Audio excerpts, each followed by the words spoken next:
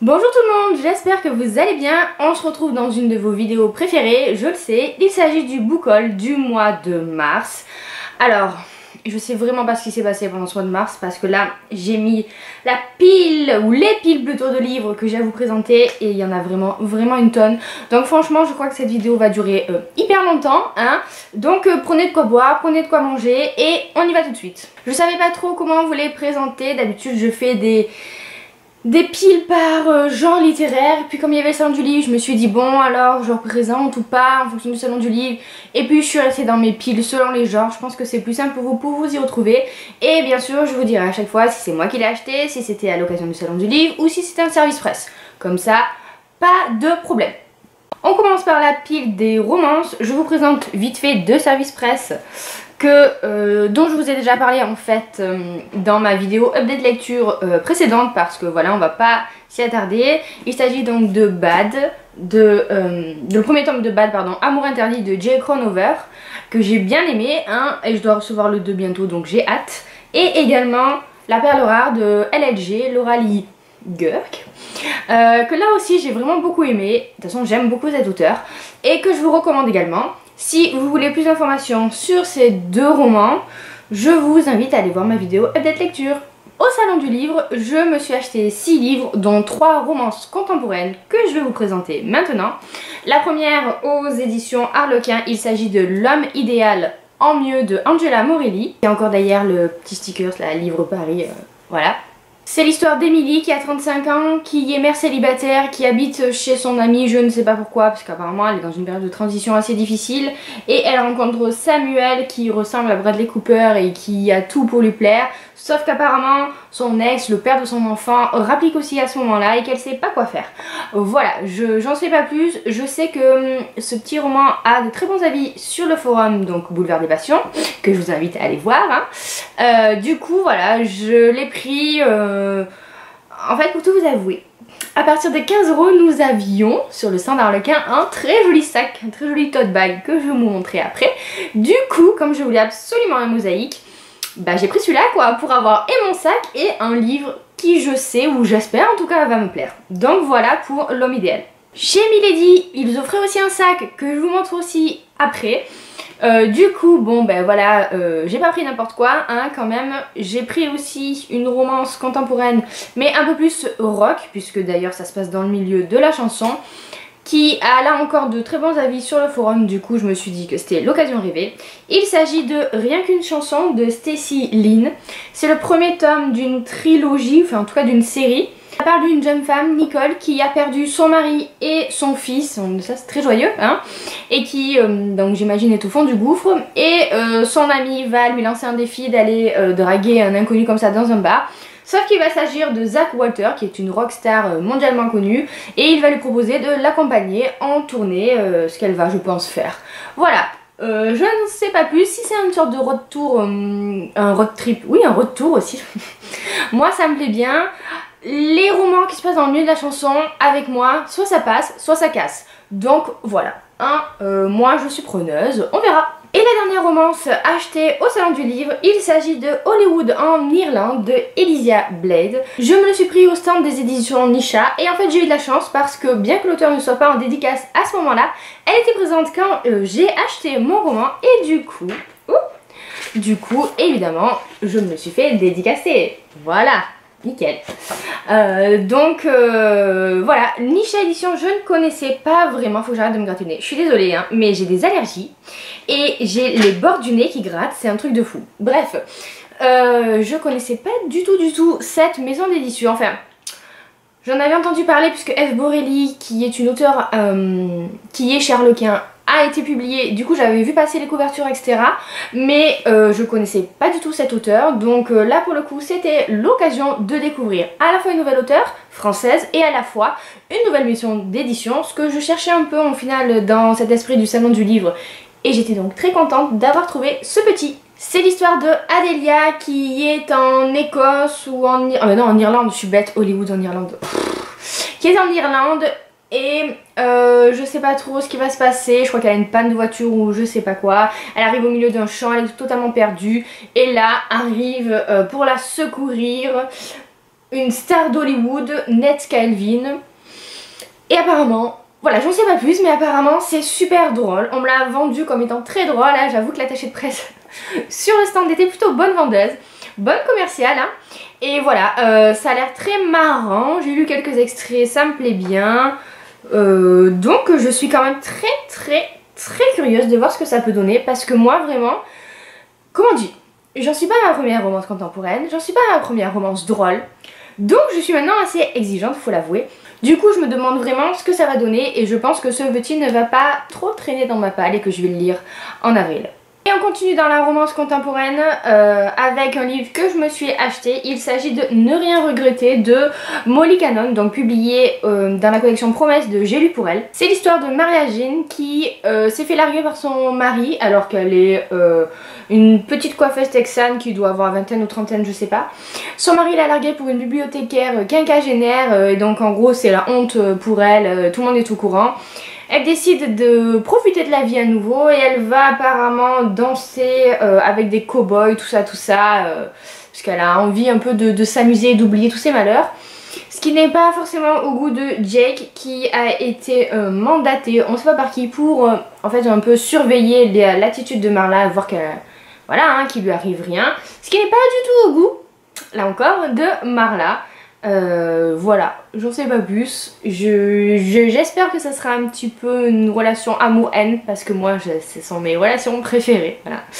J'aime quand les héros ils ont du répondant et que voilà, hein, ils s'envoient plein de choses à la tête. Moi ça me plaît, bizarrement. Donc voilà, hein, là je ne sais pas du tout quand j'aurai le temps de le lire celui-là, mais j'espère qu'il ne traînera pas trop, parce que la romance contemporaine drôle, donc encore une fois, hein, voilà, en ce moment j'ai envie de lire de la romance contemporaine drôle, et c'est quelque chose que je me suis dit qu'il fallait que je lise plus souvent, donc il y a intérêt à ce que je m'y tienne. On dirait que je vous menace, genre c'est votre faute. Et il me reste 2 romances à vous présenter, cette fois-ci historiques. Oui, je vous ai dit que cette vidéo allait durer 3 plombes, hein, je mentais pas. La première, c'est Les couleurs d'Elisa, le 3e tome de L'agence de Madame Evensong de Maggie Robinson. J'avais adoré le premier tome, beaucoup aimé le 2e tome, ou même un peu plus aimé le 2e que le premier, je ne sais plus. Enfin bref, j'ai beaucoup aimé le premier tome, hein. Et ici, c'est le 3e tome qui parle donc d'Elisa, qui est une femme qu'on a vue dans le 2e tome, qui a été recrutée au moment du 2e tome pour intégrer l'agence. Et en fait, on va demander à Elisa de jouer le rôle d'une gouvernante pour un lord qui est également lord de roman, je ne sais pas, enfin bon bref, un peintre qui a une petite fille et qui se fiche complètement un petit peu de sa réputation, et c'est un peintre un peu déjanté, un peu scandaleux quoi au final. Du coup Elisa va être embarquée là-dedans, il y a aussi des histoires de complot, de meurtre apparemment, comme dans les 2 premiers tomes. Donc je me demande ce que ça va donner, j'espère qu'il sera au niveau des 2 premiers de la série, des 2 premiers tomes, parce que c'est une auteure que je commence de plus en plus à apprécier, et j'espère qu'elle me décevra pas. Et la dernière romance historique que je vais vous présenter, c'est un service presse qui est sorti en mars, toujours chez Aventure et Passion, chez J'ai lu pour elle. Il s'agit de Tessa Dare, que j'adore. Enfin, comment dire, Tessa Dare, c'est une auteure assez inégale. Souvent, mais ça n'engage que moi, c'est mon avis. Les premiers tomes de ces séries sont absolument géniaux. Je pense encore à L'Impulsive qui est dans mes romances historiques préférés. Et les suites sont beaucoup moins bien. Voilà, on ne sait pas pourquoi, hein. Donc j'espère que ça sera pas le cas ici. De toute façon, c'est un premier tome. C'est le premier tome de la série Les Héritières. Il était une fois un duc. Et c'est l'histoire d'Isolde qui, à la mort de son père, hérite d'une résidence un peu bizarre, une sorte de château sinistre. Et elle va apprendre que l'ancien propriétaire y réside toujours, c'est une sorte d'ours mal léché. Elle voudrait bien le foutre dehors, le problème c'est que il est balafré et surtout il est aveugle et qu'il a que ce château comme refuge. J'aime bien la dernière phrase de la 4e de couverture. Comment pourrait-elle décemment le chasser de cette demeure, désormais leur seul refuge à tous les 2. Voilà, c'est trop beau, trop mignon. Et je le lirai très vite, comme c'est un service presse, j'ai hâte, j'ai super hâte. Ensuite, avant de passer au young adulte, il y a un peu de romance dans le young adulte, mais je sais pas, je peux pas faire à la fois romance et young adulte, voilà, hein, ou alors ça fait une bonne transition. Mais c'est pas grave, hein, on va pas se compliquer la vie. Avant de passer au young adulte, je vous présente 2 livres de littérature un peu plus classique, générale. Le premier, c'est Juste avant le bonheur de Agnès Lédy, qui était d'ailleurs au salon du livre, mais il y avait trop de queue et franchement, j'avais pas le livre sous la main, puisque je l'ai offert à ma maman pour son anniversaire. Elle l'a lu, elle a adoré et elle me l'a prêté, voilà. Je l'avais vu sur la chaîne de Fairy Neverland, donc de la chaîne de Justine, qui en avait vraiment beaucoup parlé, enfin disons qui en avait très bien parlé. Ça avait été un coup de cœur pour elle. Et je me suis dit que c'était tout à fait le genre de lecture que ma maman apprécie. Et je me suis pas trompée apparemment, puisqu'elle l'a dévoré. Elle m'a dit qu'elle avait beaucoup pleuré, donc voilà, hein, déjà que je dois lire Avant toi de Jojo Moyes bientôt. Je me dis que on va un peu attendre, on va pas les enchaîner tous les deux ensemble, sinon on va pas s'en sortir. Bref, je raconte ma vie, on s'en fiche. C'est l'histoire de Julie qui est caissière dans un supermarché, qui élève seule son enfant. Un jour, un homme va les inviter en fait dans sa maison en Bretagne pour une sorte de vacances quoi. Et elle sait pas trop à quoi s'attendre, elle accepte, mais surtout pour son fils en fait, elle accepte pour son fils. Et voilà, je n'en sais pas plus. Je n'en sais rien, je sais pas ce qui se passe, je sais que ça tourne pas forcément très bien, voilà, c'est le seul truc que je sais, mais je veux pas en savoir plus, je ne sais pas comment ça finit, bien, pas bien, aucune idée. Je m'attends à ce que ce soit une lecture poignante, voilà, et j'espère que je serai pas déçue. Et enfin, le deuxième livre, un peu plus général, que j'ai acheté en occasion, au lieu de 22 €, je crois qu'il m'est revenu à 6-7 €, donc franchement ça valait le coup, et en plus, il est encore emballé, il est tout neuf en fait. C'est Ce qui était perdu de Catherine O'Flynn. C'est l'histoire d'une petite fille dans les années 80, donc Kate, qui a disparu dans les allées d'un nouveau centre commercial de l'époque, donc bien sûr. Et en fait, 20 ans plus tard, l'agent de sécurité Kurt et Lisa, l'employée dans un de ces magasins, vont mener l'enquête en fait parce qu'ils vont retrouver la peluche de cette petite fille et ils vont mener l'enquête 20 ans plus tard pour savoir ce qu'il est arrivé d'elle. Voilà, j'en sais pas plus, là encore, il faut que j'arrête de dire j'en sais pas plus parce que forcément si je lis que les quatrièmes de couverture, j'en sais pas plus à chaque fois, on est d'accord. Mais ça m'a l'air plutôt pas mal, c'est pas le genre de roman que j'ai l'habitude de lire parce que ça ressemble plus à un thriller qu'autre chose. Mais je sais pas, la couverture je l'ai trouvée sublime, alors je sais pas si vous allez la voir du coup avec le film plastique. Voilà, c'est mieux comme ça. C'est vrai que j'ai été très intriguée par cette couverture que je trouve très belle, assez sombre mais vraiment très jolie, hein, y a pas à dire. Et puis c'est tout quoi, j'ai vu aucun avis là-dessus, mais ça fait du bien de temps en temps d'y aller à l'instinct comme ça. Et enfin la pile de Young Adult. Le premier livre je vous le montre vite fait parce que vous l'avez vu là encore dans mon dernier update lecture. Il s'agit du tome 3 de Angel Fall, l'ultime espoir de Susan E. que j'ai bien aimé, un poil déçu mais vraiment c'est juste un poil, hein, un chouïa, un sourcil, enfin un poil de sourcil, même pas. Mais qu'est-ce que je raconte? Bref, je me fatigue toute seule encore une fois. Je vous invite à aller voir mon update lecture que j'aurai mis en barre d'infos sous la vidéo pour plus d'informations là-dessus. Passons aux choses sérieuses. Je vous présente d'abord mes achats au salon du livre en young adulte.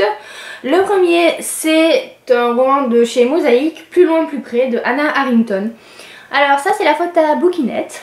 Hein, qui est une membre du forum, parce qu'elle a fait un super avis là-dessus et que moi, comment dire, j'avais pas repéré ce petit, je l'avais pas vraiment, je l'avais vu de loin mais je m'étais pas penchée là-dessus et à cause de son avis dithyrambique, ben, il a bien fallu que je m'y penche dessus et voilà, j'ai craqué. Hein. C'est l'histoire d'une jeune fille qui va retrouver sa sœur June morte. En fait, elle s'est suicidée et elle ne comprend pas du tout pourquoi est-ce qu'elle a fait ce geste et donc elle va mener l'enquête en quelque sorte et s'embarquer dans un road trip avec Jake qui était le meilleur ami de June, donc de sa sœur, pour comprendre un petit peu ce qui s'est passé et essayer de, je sais pas, d'aller mieux, hein, voilà. C'est le genre d'histoire que j'aime et voilà, hein. J'espère vraiment que je vais aimer parce qu'après les avis que j'ai vus sur ce roman, j'en attends beaucoup.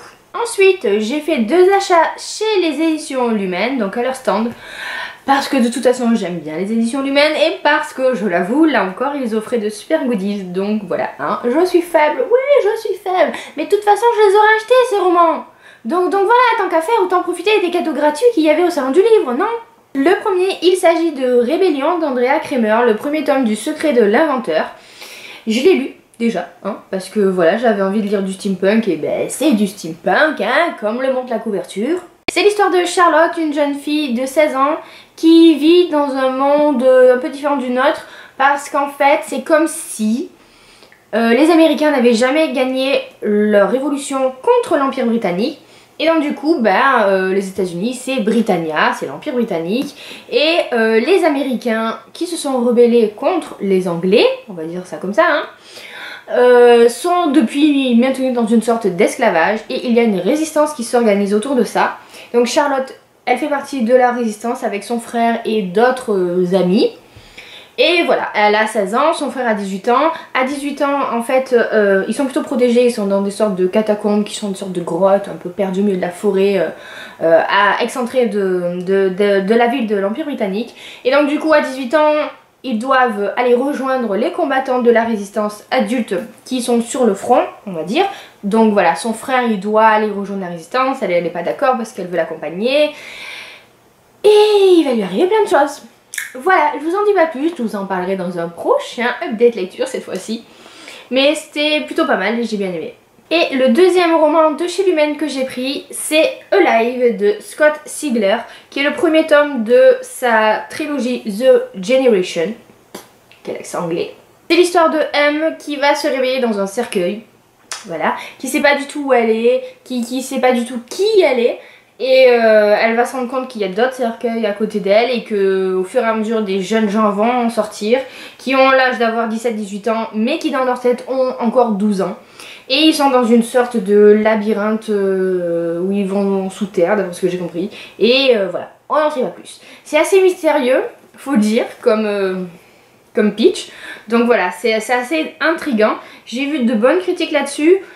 Les 3 tomes, je crois, ne pas dire une bêtise en disant ça, j'espère, sont déjà sortis en VO. Donc du coup, je me dis que l'attente sera moindre en VF, normalement, si Lumen fait bien son boulot. Franchement, avec un récit comme ça, un résumé pareil, il n'y a pas moyen qu'on soit pas intrigué, quoi. Vous êtes d'accord avec moi? Donc, j'ai craqué. Un peu dans le même genre, mais cette fois-ci plus au salon du livre, je me suis pris Neil de Lynn Matson. Voilà, là encore je suis faible, j'en ai entendu parler avant sa sortie VF. La couverture m'avait déjà tapé dans l'œil, c'est la même que la VO. Et puis là encore, un résumé super intriguant et c'est pas bien de craquer comme ça, mais voilà, je peux pas m'en empêcher. C'est l'histoire de Charlie qui va se réveiller sur une île. Une île, pas Nil, hein, une île, complètement seule, voilà, elle sait pas qu'est-ce qu'elle fait là, ça ressemble un peu à l'autre, oui je sais, elle sait pas ce qu'elle fait là, et en fait, elle va rencontrer un groupe d'humains, hein, de jeunes, qui vont lui expliquer qu'on a 365 jours, donc 1 an, pour quitter l'île avant qu'on ne meure, en sachant qu'une fois par jour, il y a une porte qui va s'ouvrir sur l'île, et que c'est par cette porte qu'on peut s'échapper.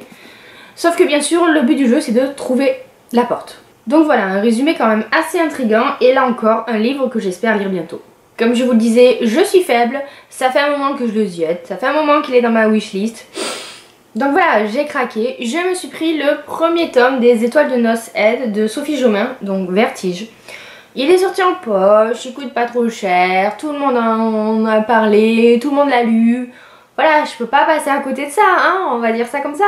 C'est l'histoire d'Anna qui a 18 ans et qui va passer un été dans une ville en Écosse, elle a pas très envie d'y aller, et elle va rencontrer Lace qui cache un secret et qui cache notamment sa mystérieuse nature. Voilà, j'en sais pas plus, j'ai vu des avis donc je sais un petit peu de quoi ça va parler, mais bon, j'espère juste que ça sera pas trop un copier-coller de Twilight. Et j'ai vu beaucoup de personnes, lu beaucoup de personnes qui disent que ça ressemble un peu trop à Twilight. Surtout le premier tome et qu'ensuite après ça va un peu mieux. On verra, j'ai envie de tester par moi-même, donc je l'ai pris. J'ai ensuite reçu un autre service presse, enfin ensuite oui assez tard finalement parce qu'on est le 31 mars et que je l'ai reçu aujourd'hui. Ce n'est pas du tout la faute des éditions Black Moon qui me l'ont envoyé, c'est juste qu'on a eu un petit souci de poste, voilà. Mais c'est résolu et je compte bien commencer à le lire juste après avoir fini de tourner cette vidéo. Il s'agit de Paranoia de Melissa Belvin. Donc je vous cache un petit peu les adresses des attachés de presse. Hein. Donc c'est un service presse en édition non corrigée. Donc voilà, il est vraiment service presse. Service presse quoi. Ça veut rien dire ce que je dis. Melissa Belvin, c'est une youtubeuse que je suis depuis quasiment un an ou un peu plus, qui a la chaîne YouTube beauté Golden Wendy. Je savais donc qu'elle allait écrire un roman, et comme on a un partenariat avec Hachette, et bien évidemment je l'ai demandé hein, et ils me l'ont envoyé. Du coup je suis quand même très curieuse de lire ce roman parce que bon, c'est une youtubeuse beauté Melissa que je suis, alors voilà, j'ai du mal à l'imaginer en tant qu'auteur, même si je sais qu'elle écrit depuis très longtemps.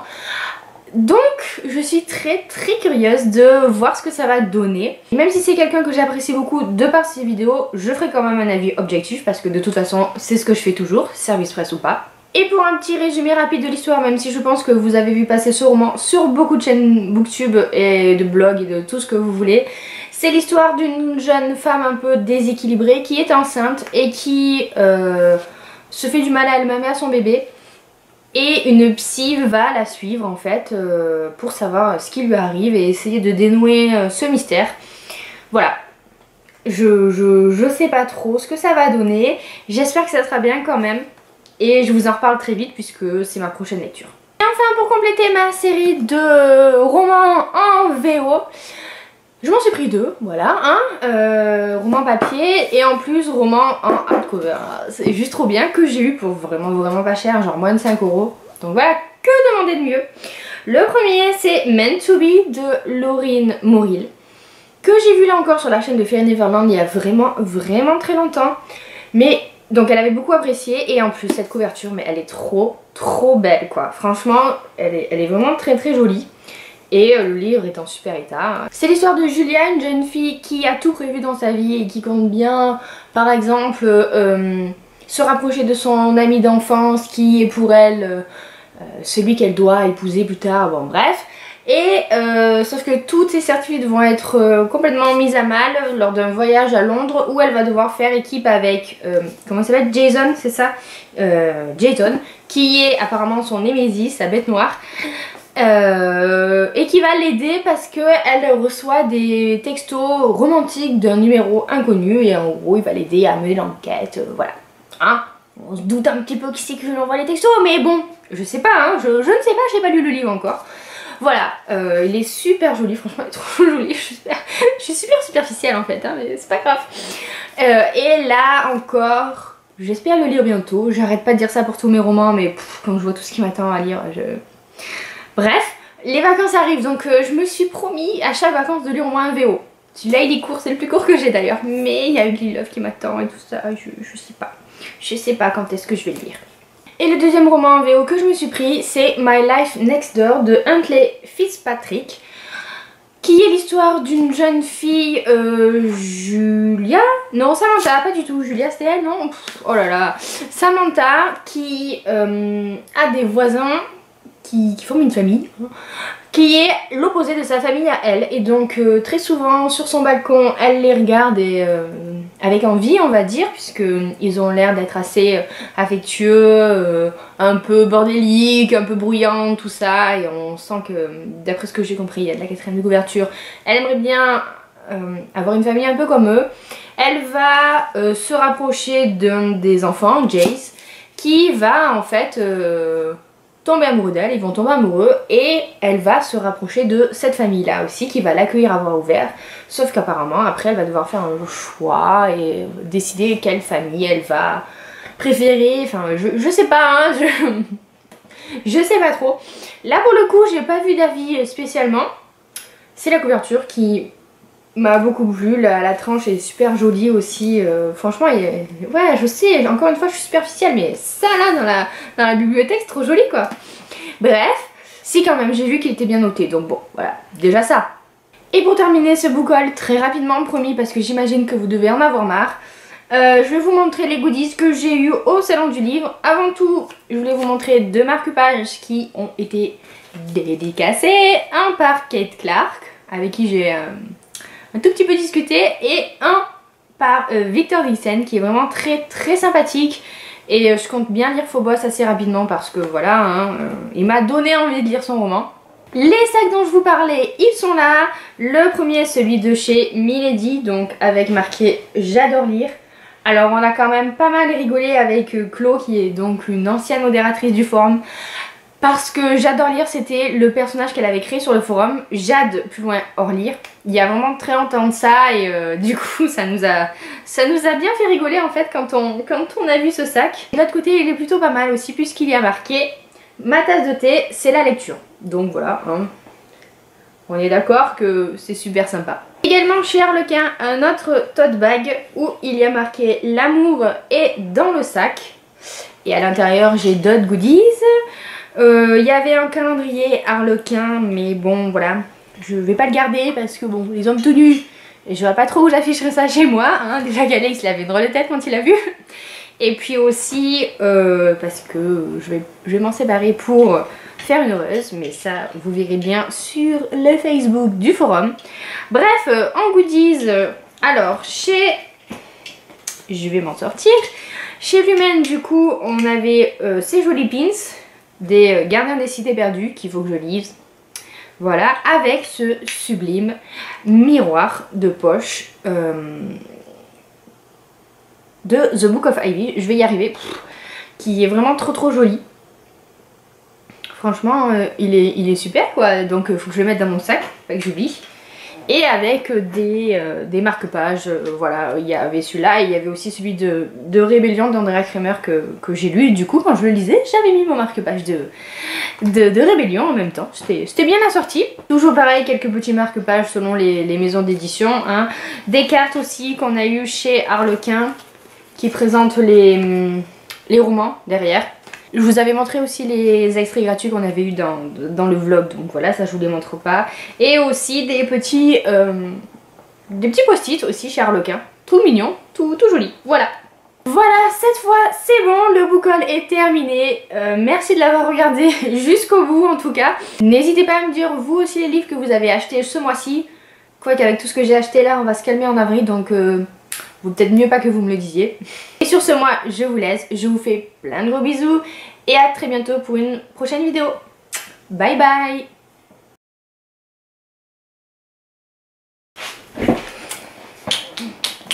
Ça y est, je fais une vidéo, ça me gratte.